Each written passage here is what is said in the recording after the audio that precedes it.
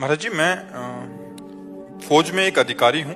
मैं स्वयं तो शुद्ध शाकाहार भोजन ही पाता हूँ, परंतु महाराज जी कह रहे हैं कि जवानों के लिए मांसाहार आदि का होता है, जिसकी स्वीकृति में इनके हस्ताक्षर लगते हैं। महाराज जी, इस कर्म फल का भोग इन्हें देखो, इस समय तो नहीं बनेगा? नहीं, इस समय कोई आप स्वयं निर्णय करता नहीं है।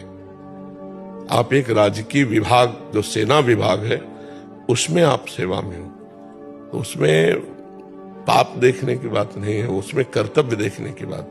मतलब आतंकवादी का है, हमें शंका है कि बॉर्डर से पार हो रहा आतंकवादी है, हम उससे जानकारी थोड़ी लेंगे, भैया तुम आतंकवादी तो नहीं तुम्हारी खोपड़ी उड़ा देगा?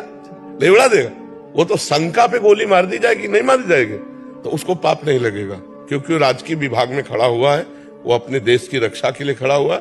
तो ऐसे आप जिस विभाग में है, वो इतना सत्य विभाग है, तो उसमें जवान को हमें पुष्ट करना है।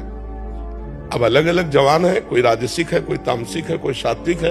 तो सात्विक वाले ना खाएं, राजसी वाले, तमोगुणी वाले तो खाएंगे ही, तो उनके लिए वो विधान तो करना ही पड़ेगा। हो ही नहीं सकता ना, हो ही नहीं सकता, ऐसा हो ही नहीं सकता। जैसे कह दिया जाए कि पूरे भारत में सब शाकाहारी हो, तो हमारे कहने से हो जाएगा?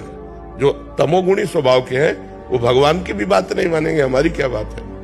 जो राजसिक स्वभाव के हैं वो हमारी भी बात, सात्विक के ऊपर हमारा प्रभाव पड़ेगा, जो सात्विक विचार वाले। तो ऐसे बहुत से फौजी हैं जो सात्विक विचार के हैं, अपने आप को मांस नहीं खाते, जैसे आप ही कह रहे हो कि हम खाते नहीं, पर जो सैनिक खाते हैं उनके लिए आपको व्यवस्था करनी पड़ेगी, सरकारी दस्तखत करने पड़ेंगे। उसमें आपको इसलिए पाप नहीं है कि ना आप मरवाना चाहते हो पशुओं को और ना आप स्वयं खाना चाहते हो, लेकिन अगर जहां ऐसा व्यवहार हो रहा है सैनिकों के लिए देने का, तो वहां आप अगर अधिकारी हैं, आपको परोसना भी पड़े तो परोसना पड़ेगा, आपको परोसना पड़ेगा, क्योंकि आप ड्यूटी में हो। तो उसमें आपको पाप नहीं है, क्योंकि वो आप कोई हिंसा के लिए नहीं कह रहे हो और आप स्वयं कोई खा नहीं रहे हो, लेकिन सरकारी कार्य है तो आपको करना पड़ेगा।